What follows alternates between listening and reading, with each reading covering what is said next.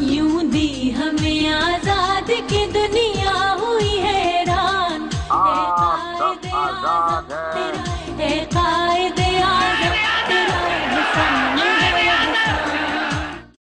पाकिस्तान 14 अगस्त 1947 को एक आज़ाद मुस्लिम रियासत के तौर पर दुनिया के नक्शे पर नमूदार हुआ। क़याम पाकिस्तान के लिए जहाँ सियासी जद्दोजहद से तारीख़ इबारत है, वहीं हज़ारों अफराद का खून, लाखों लोगों की बेमिसाल क़ुरबानी भी अर्ज़ पाकिस्तान की बुनियादों में शामिल है।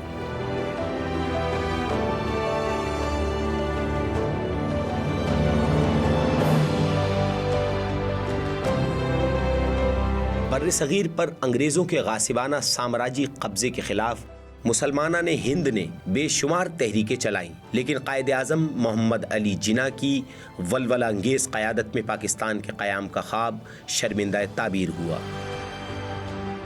और आज अल्हम्दुलिल्लाह हम एक आज़ाद मुल्क के आज़ाद बाशिंदे हैं और आज़ाद फ़ज़ा में सांस ले रहे हैं। आज़ादी खुदावंद ज़ुल-जलाल की सबसे बड़ी नेमत है। आज़ादी की अहमियत, क़द्र व मंजिलत ऐसे लोग बखूबी जानते हैं जो आज भी जब्र इस्तबदाद के पंजों में दबे गैरों की ग़ुलामी में ज़िंदगी के दिन काट रहे हैं।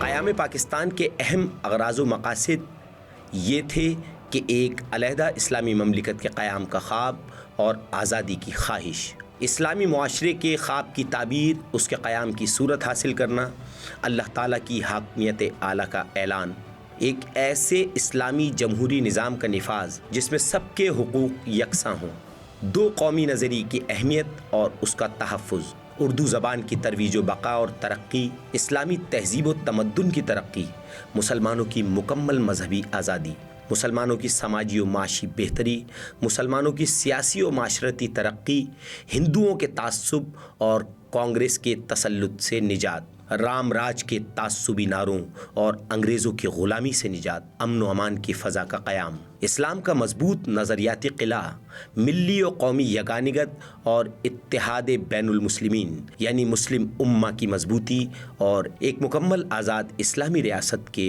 बुनियादी खद्दोखाल और क़याम के बुनियादी इग़राज़ व मक़ासिद थे।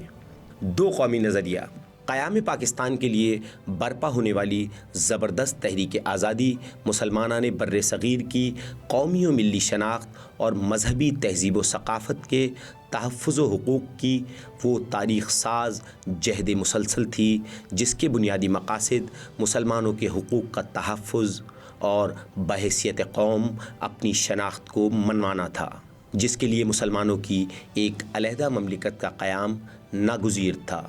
बर्र सग़ीर में हज़रत मुजद्दिद अली फ़सानी वो पहले बुज़ुर्ग थे जिन्होंने दो कौमी नज़रिया बतौर इस्लामी शनाख्त पेश किया। इसके बाद शाह वलीउल्लाह, सर सैयद अहमद ख़ान, अल्लामा इक़बाल और दीगर उलमाए कराम ने नज़रिया पाकिस्तान की वज़ाहत ऐसे अंदाज़ में पेश की कि पाकिस्तान हर मुसलमान के दिल की आवाज़ बन गया, जबकि बर्र सग़ीर में मुख्तलिफ़ मुस्लिम इदारों का क़याम इसी दो कौमी नज़रिए की बुनियाद पर है। यहाँ कई ऐसी तहरीकें इसी नज़रिए के प्रचार और इसी नारे के साए तले मारिज़े वजूद में आईं। तारीख़ी पस मंज़र, तहरीक पाकिस्तान का बाकायदा आगाज़ बजा तौर पर 23 मार्च 1940 के जलसे को करार दिया जा सकता है। अस्सलामु अलैकुम भाइयों और बहनों,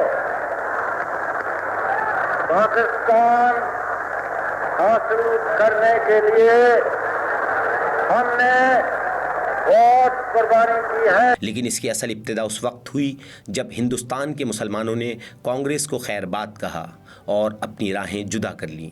सन 1930 में अल्लामा इक़बाल ने इलाहाबाद में बाज़ाब्ता तौर पर बर्र सग़ीर के शुमाल मगरबी हिस्सों में जुदागाना मुस्लिम रियासत का तसव्वुर पेश किया। फिर चौधरी रहमत अली ने इसी तसव्वुर को 1933 में पाकिस्तान का खूबसूरत नाम दिया। सिंध मुस्लिम लीग ने 1938 के अपने सालाना इजलास में बर्र सग़ीर के तक़सीम के हक़ में करारदाद पास की। कायद आज़म 1930 में الگ مسلم مملکت کے قیام کی جد و جہد کا فیصلہ کر چکے تھے اور 1940 کو انہوں نے قوم کو بھی اس کے لیے ذہنی طور پر تیار کر لیا۔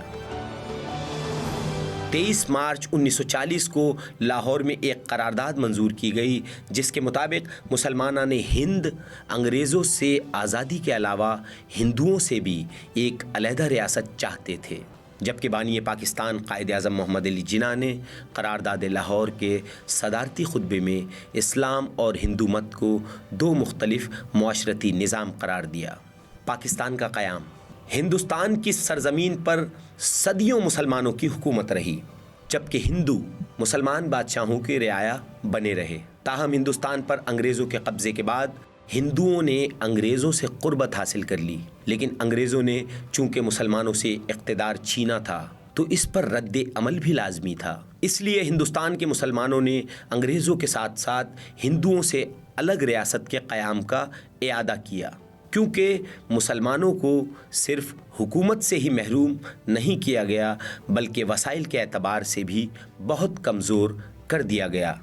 3 جون سن 1947 کو مسلمانان بر صغیر کی جد و جہد رنگ لائی اور برطانیہ کے آخری وائسرائے ہند ایڈمرل لارڈ ماؤنٹ بیٹن نے تقسیم ہند کی تاریخ یعنی 14 اگست 1947 کا باقاعدہ اعلان کیا۔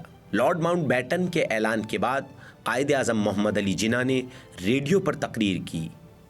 I pray to God that this critical moment He may guide us and enable us to discharge our responsibility in a wise and a statesmanlike. اور آخر میں بے پناہ جذبے اور ولولے سے پاکستان زندہ باد کا نعرہ لگایا اور مسلمانان ہند کی تاریخ ساز جد و جہد کے نتیجے میں 14 اگست 1947 کو پاکستان کا وجود عمل میں آیا۔ آپ سب آزاد ہیں اپنے مندروں میں جانے کے لیے، آپ سب آزاد ہیں اپنی مسجدوں میں جانے کے لیے اور کسی بھی اور عبادت گاہ میں جانے کے لیے۔ اس مملکت پاکستان میں آپ کا تعلق کسی بھی مذہب، ذات یا عقیدے سے ہو، مملکت کا اس سے کوئی سروکار نہیں۔ پاکستان پائندہ باد۔